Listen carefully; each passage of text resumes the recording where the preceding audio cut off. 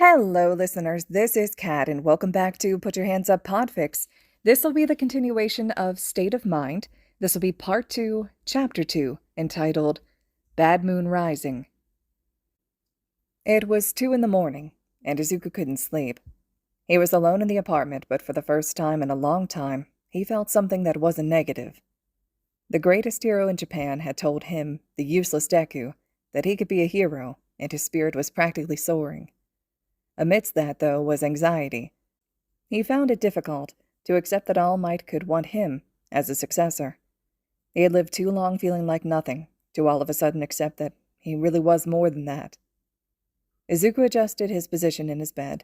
The eye mask he was wearing had reached room temperature a while ago, no longer cool against his aching eyes. He imagined the migraine had been brought on by depositing and then withdrawing that slime monster from his mind. He had never transported something so large and so strong in his mindscape, and he was assuming that it was a physical drawback of using his quirk. As soon as he felt well enough, he would write it down in the notebook he had set aside explicitly for his own quirk. He didn't think he would be able to sleep, though. He had been trying for hours, but his head hurt too much and his thoughts were racing too quickly to allow him to sleep. He was meeting with All Might in a couple hours, though, and he really needed whatever sleep that he could get, so he continued to try. He was eventually able to fall into a half-sleep and groaned when his alarm went off from the table next to him. He rolled onto his side, blindly searching for his phone to silence the sound of his alarm. His head didn't hurt nearly as much, but as he got ready for the day, he took some headache relief with his daily medicine anyway. He took a quick shower and dressed in a pair of leggings and an old ragged t-shirt underneath a light blue jacket. He scrubbed his face with the back of his hand as he prepared coffee, yawning widely. He had been drinking coffee for years now. It was always so difficult for him to get out of bed in the morning, and coffee just made it that much easier. He was still waking up when he made it to Dagoba Beach. All Might was already there in his muscle form, amongst the garbage, and he turned to face Izuku when he arrived. "Young Midoriya, you made it," the man exclaimed, and Izuku stifled a yawn, nodding stiffly. "How are you feeling after the events of yesterday?" Izuku stuffed his hands into his pockets so that he didn't betray his nerves. "I'm tired, and my head hurts, but I'm okay," he answered honestly. "Does your head hurt because of your quirk?" All Might asked inquisitively, hands on his hips.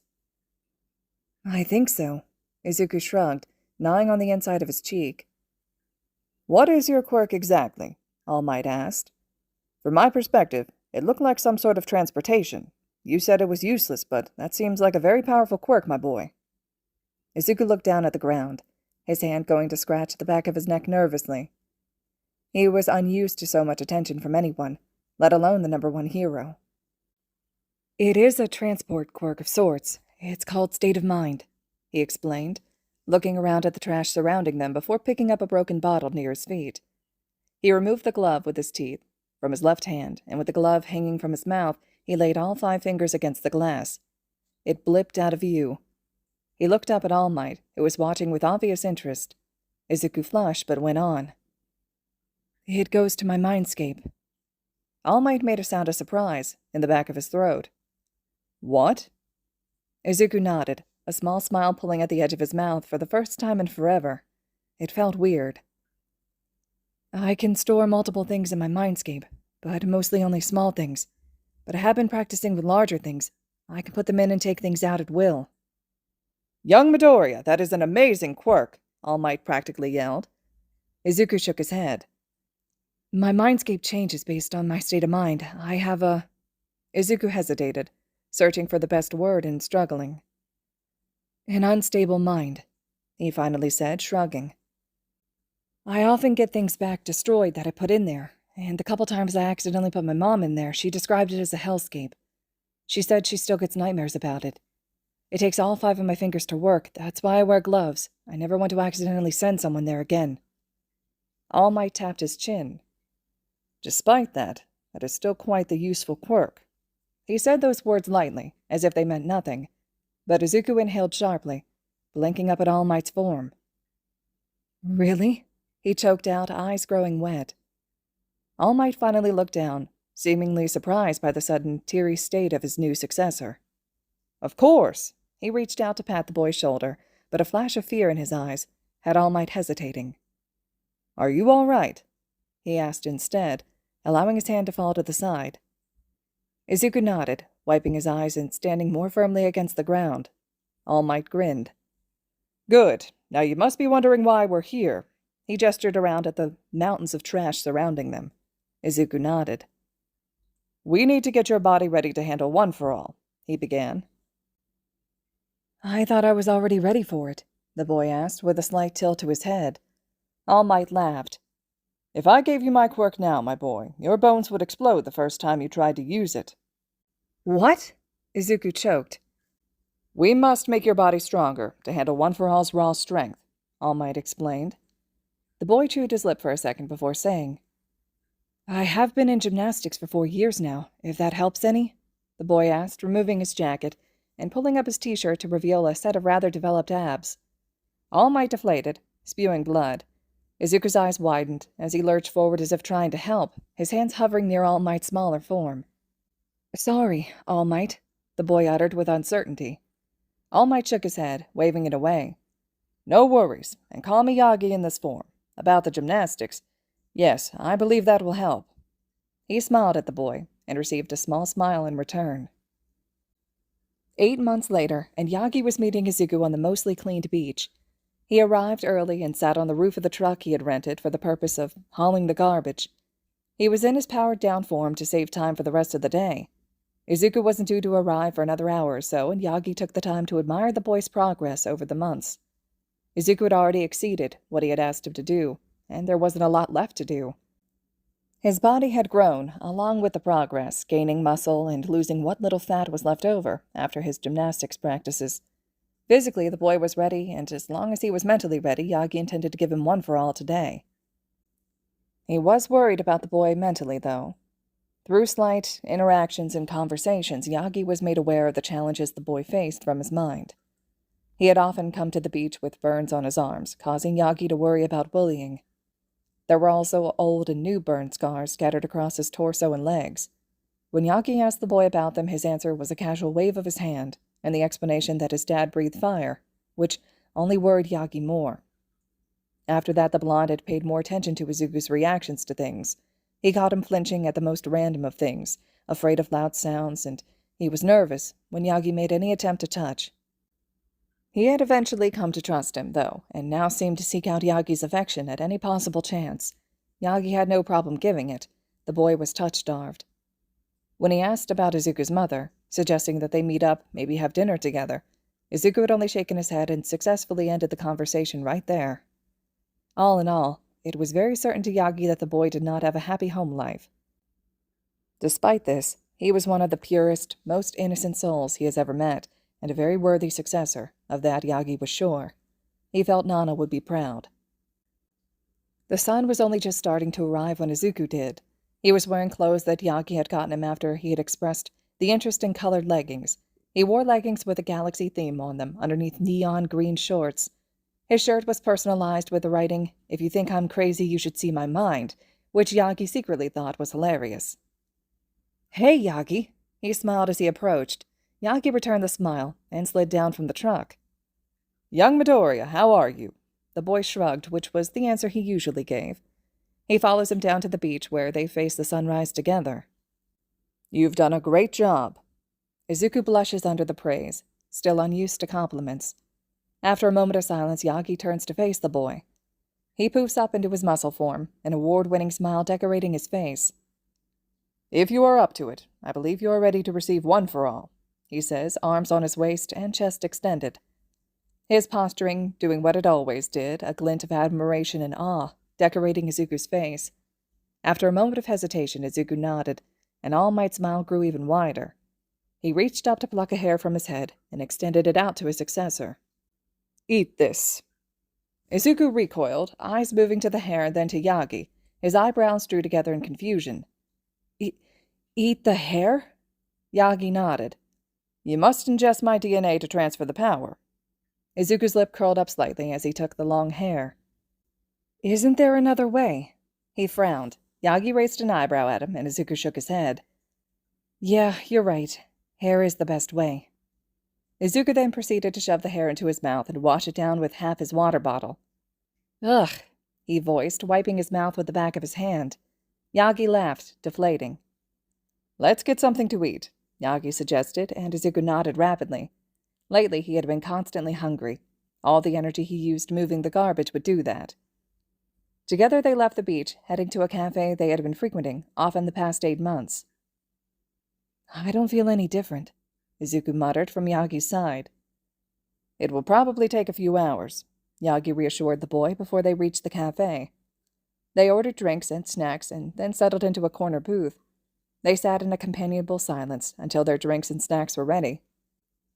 Izuku was one of the rare people that liked strong black coffee as well as the sweetest, most not-coffee drinks on the menu. This time he got some sort of rainbow sugar monstrosity with half a candy bar sticking out at the top.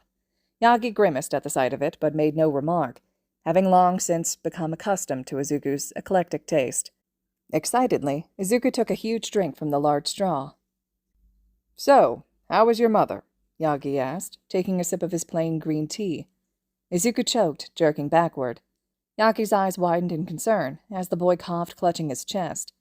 Everyone in the cafe was looking toward them, worriedly. Young Midoriya, are you all right? Yeah, Izuku gasped, catching his breath. I inhaled it. Once it was clear the green-haired boy was okay, everyone looked away, going back to whatever they were doing. Izuku caught his breath for a moment before looking up at Yagi, through his lashes. The hero was still watching him. Izuku sighed heavily, fidgeting with his drink. She's okay, I think. I haven't seen her in a while. Yagi's brows furrowed. Do you not see her often? Izuku almost never spoke about his parents. Most of what Yagi knew about them was conjecture. Izuku shook his head. No, not really. After I got my quirk, she tried to start being around me again. I could tell she tried. But eventually she went away again. Yagi frowned at the phrasing of that answer. Izuku caught his somber look and lifted his head, fear flashing in his eyes. It's okay, though. I'm all right. Yagi knew for a fact that it was not all right, but he decided not to push it. You can take a free day today, young Midoriya. Rest your body and then tomorrow we can begin training, he told the boy. Okay, Izuku answered, finishing off his snack. Thank you for the drink. He waved the obnoxiously colored drink at Yagi before departing, carrying it with him so that he could finish it without wasting a drop. He headed home, pushing headphones into his ears and turning on his playlist on his phone. He sighed when the gentle music of Alec Benjamin filled his head. Back at home, Izuku took advantage of the extra time to clean up the apartment. Yagi had been right to allow him to rest, though. Izuku had barely slept the night before, and despite having not done much today, he was quite exhausted. He passed the rest of the day by adding One for All to his own Quirk notebook and catching up on TV before sleep caught up to him. Izuku lurched upward with a shriek, something giving beneath his fingers. His head whipped around in a panic. Something was wrong. Something was wrong. He was so hot he was burning up. His heart felt like it was skipping around, and he couldn't think, his mind feeling like it was stuffed with lava. He looked down, finding that he had crumpled the couch in his fist as if it was clay. Izuku had no idea what was wrong with him, but knew that this was not something that he could deal with on his own. Halfway across Musutafu, Yagi was pulled from sleep by the sound of his phone's ringtone. Some pop song that Izuku had set for him so that he would know when the boy called. They had exchanged numbers when they had first started training together. Most of the time they only texted each other, but the fact that the boy was calling, and so early in the morning, meant that something was probably wrong. Yagi answered the phone without a second thought. Young Midoriya. There was a choking gasp, and then the boy's voice came out of the speaker. Yagi. Are you all right? Yagi was sitting up now, wide awake, his eyes falling on the clothes that he had set out to wear for the next day. No, came a soft moan, and Yagi's heart skipped a beat. The hero had never heard his successor sound like that. Are you hurt? Tell me what's wrong, Yagi demanded, pulling on the clothes. I don't know what's wrong, came the boy's low, pained voice. My head hurts so much, and I broke my couch. Yagi froze. You broke your couch? There wasn't an answer aside from the heavy breathing. It sounded like the boy was close to having a panic attack. Yagi reached for the doorknob but hesitated. He didn't have the boy's address. Young Midoriya, what is your address? There was no answer again, but the breathing had not slowed down. Izuku. he said firmly, trying to get the boy's attention. It worked, and with the address he inflated into his muscle form and leapt halfway across the city in 2 big bounds. He was at Izuku's apartment in less than a minute. He immediately tried for the doorknob and was surprised to find it unlocked. He moved into the apartment. It was dark, except for a flickering light extending from a doorway into the hallway. Yagi deflated and went toward that, stepping into the living room to find his successor curled up in a ball, clutching his chest and struggling to breathe. Yagi's eyes widened, and he pitched forward, dropping to his knees in front of the couch and pulling the small boy from the couch and onto the floor to lean against him. Izuku buried his face in Yagi's shoulder as his chest stuttered. "It's all right. We'll figure out what's wrong, my boy. Everything is all right. Just breathe with me." He exaggerated his breaths, helping the boy steady his own breathing. It took time. Yagi didn't know how long, but eventually he was there, breathing almost normally again. "Sorry," the boy stuttered in the quietest of voices. "You don't ever need to apologize for asking me for help," Yagi said without thinking about it. He was in the process of doing a check-over of Izuku's health. His hair was sweaty and sticking to the sides of his face. He was shaking and blinking rapidly. Reaching up with his left hand, Yagi found that his forehead was quite hot, too. "Can you describe what happened?" he asked gently. Izuku leaned back, swallowing thickly. He pressed his palms into his eyes roughly, and Yagi had to carefully pull them away. "I woke up. Don't know if it was because of the nightmare. I have them most nights." Yagi's heart sank. "My head hurts," the boy moaned, tears making his eyes look like green pools. Yagi glanced past him at the couch. He could see the crumpled edge where Izuku must have grabbed it in his sleep. Well, One for All must have settled in. "I believe what is happening is your original quirk is being enhanced by One for All." Yagi looked ahead, meeting the boy's brilliant, malachite eyes.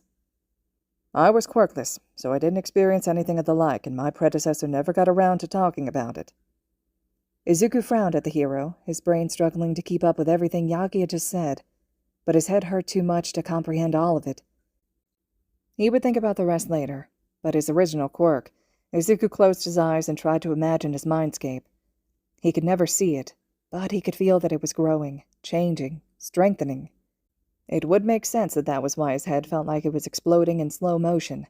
All Might had said that it was a stockpiling quirk. "Izuku." Izuku's eyes flashed open at the use of his given name. He hadn't heard that since the last time he had spoken on the phone with his mom, not counting when Yagi had said it to him on the phone to get his attention. He didn't mind it. Yagi sat before him, a glass in one hand, and a couple small white pills in the other. Aspirin. He hadn't even noticed the hero leaving. At least he had found the medicine cabinet all right. Izuku took the pills and pushed them into his mouth, then took the glass with shaking hands and guzzled half of it before leaning back against the front of the couch. After a moment, he realized Yagi's hand was carding smoothly through his hair. "I think you're right," he murmured. "My quirk feels weird." Yagi chuckled. "In what way?" Izuku took another drink from the glass, finishing it off. With that, he began removing one of his ever-present gloves, making as few movements with his head as possible. Yagi watched as the boy set all 5 fingers against the empty glass and caused it to disappear, as if it had never existed at all. Izuku didn't use his quirk very often, and Yagi got few chances to see it in action. "I'm going to bring it back," Izuku whispered, and Yagi watched, with wide eyes as the boy reached out into thin air, eyes narrowed in concentration. Yagi jumped when Izuku yelped, jerking to the side as a hot glob of molten glass fell onto the wood table. Both gaping, they met each other's eyes, then looked back at the rapidly cooling glass. Izuku forced out. That's never happened before." "Must have been some nightmare," Yagi murmured, and Izuku flinched, glancing up at Yagi. The hero didn't miss the way the hand that was still gloved went up to touch a particularly bad burn scar on his side. "It was about my dad," Izuku said, almost too softly to be heard. "You don't have to talk about it if you don't want to," Yagi answered, patting the boy's shoulder. Okay," Izuku answered. He grabbed his glove from where it had fallen in his desperation, to keep from being burned by the molten glass. Izuku pulled his glove on before leaning his head back against the couch cushions, his eyes closing with a sigh. "Can you make it to your bed?" Yagi asked the boy after a moment. There was no answer, and from the finally even breathing, Yagi assumed he was asleep. With a fond smile, Japan's #1 hero picked up the small boy and carried him down the hallway until he found what seemed to be his bedroom. Yagi opened the door with his shoulder and laid the boy down on the bed he found in there, frowning when he noticed the barren decor of the room. He glanced down at his successor, his face still and peaceful for one of the first times that Yagi had ever seen. He sighed and pulled the light blue blanket up over the boy's still form. After that, he headed back to the couch and settled in for a long night. He wasn't going to leave Izuku alone. Izuku woke up to a light tapping against his cheek. He rolled over, grumbling. "Young Midoriya," a voice said, and the tapping was back. Izuku practically snarled, throwing a hand out. Izuku muttered unintelligibly. There was a snort of laughter. "What was that? I didn't quite catch it." It was Yagi's voice. Izuku cracked one eye open, glaring. "Coffee," he growled. "Already made. Best get up, my boy. You've got a long 2 months of training ahead of you before the exam," Yagi replied with a chuckle. Ugh. Izuku pushed his face into his pillow. All right, listeners, this concludes Chapter 2 of State of Mind. Chapter 3 will be up next. I hope you all are still enjoying this fic so far. Let me know your thoughts and reactions to this chapter, and as always, thank you all so much for listening.